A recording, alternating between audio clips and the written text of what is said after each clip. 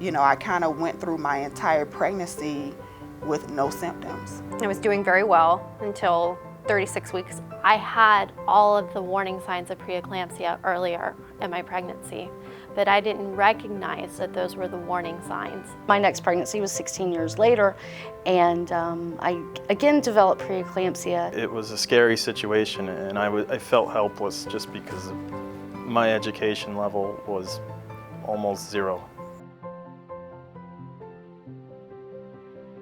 And I thought it was gas. You know, I didn't think it was anything, you know, significant. And I called the midwife, and she told me that, you know, it may be nothing. My blood pressure went from normal to sky high literally overnight. My son's heart rate started to drop. My body got really stiff. Couldn't get her blood pressure to come down. My blood pressure was getting higher and higher. I was having a seizure. I was put in the hospital 3 days before Alex was born because I was so sick, swollen, and blood pressure high. They told us, you know, the cure for preeclampsia is delivery. So we're going to deliver this baby, C-section. That seizure was followed by another seizure as they were performing the cesarean. Was induced, had the baby, and seemed to be doing well. My daughter was born at 29 weeks via emergency C-section. Everything was fine, and they allowed her to be discharged. I was released on a Saturday morning and had a follow-up doctor's appointment on Monday. The day I was supposed to be discharged from the hospital, I woke up with the most severe, worst headache I've ever had in my entire life. 48 hours later, she collapsed at home. And the doctor's first question was, "How are you feeling?"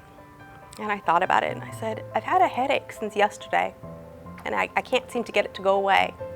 And she said, "I'm readmitting you." And I had postpartum preeclampsia.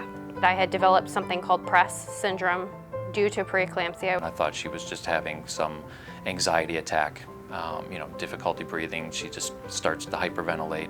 Term they use a lot of times for it is leaky brain syndrome. It's basically the vessels of the brain are damaged from the stress of the high blood pressure. So I just made the decision to call 911. My kidneys were already damaged, my lungs and my liver had been completely shot.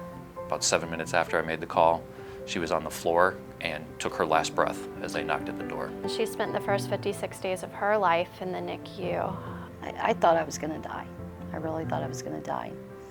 I struggled watching my daughter fight for her life in the NICU, and I felt helpless. So they immediately came in and started working on her. Couldn't get a pulse. Never got a pulse. It took me about 4 months before they would release me from the hospital. My follow-up care was dialysis. I remained on dialysis for about a year.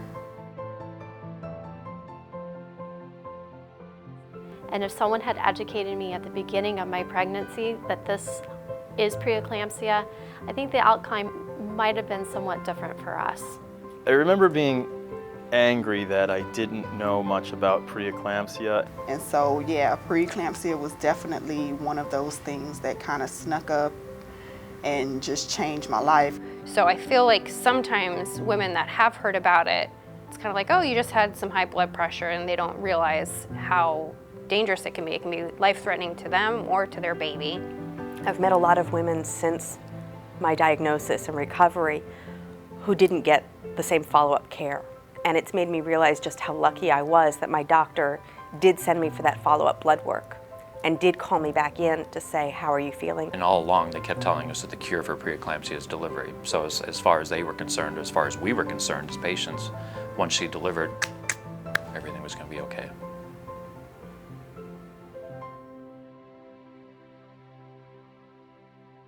Thankfully, most mothers and babies survive preeclampsia. Tragically, others don't.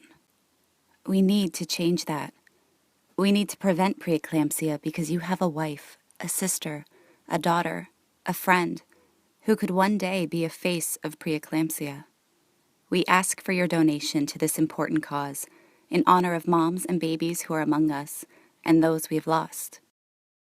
Visit preeclampsia.org/donate to support the many faces of preeclampsia.